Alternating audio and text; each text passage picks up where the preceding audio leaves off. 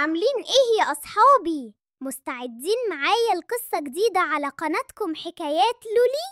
يلا بينا نبدأ حكايتنا.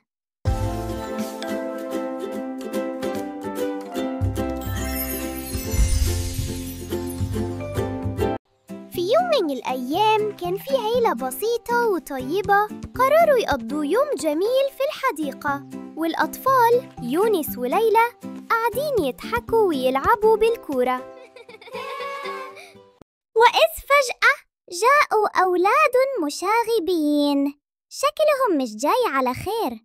قربوا من يونس وليلى وابتسموا ابتسامة مليانة تحدي وقالوا: هاتوا الكرة.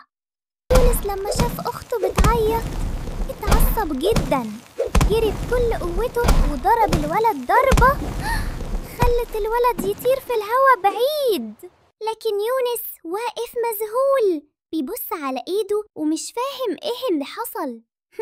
ليلى ضحكت وقالت له: انت بطل خارق يا يونس. انتهى اليوم ورجعوا يونس وليلى لوالديهم، بس يونس ماشي وهو سرحان بيسأل نفسه هو ايه اللي حصل ده؟ يمكن دي تكون البداية بس.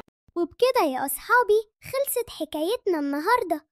استنونا في قصة جديدة وممتعة، وما تنسوش اللايك والاشتراك. مع السلامة.